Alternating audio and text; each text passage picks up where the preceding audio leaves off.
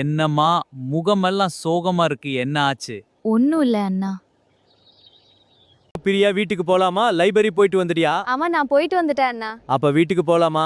சரி அண்ணா. Why did it have to be like this?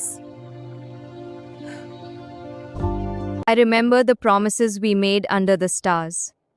Now, I'm left with only memories. I feel so alone. No one understands this pain. In the quiet of this moment, her heart breaks silently.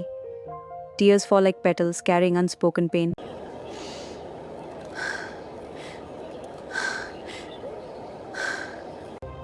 I never meant to hurt you. Please forgive. Krishna என்ன பார்த்துவிட்டு பேசவே இல்லையே.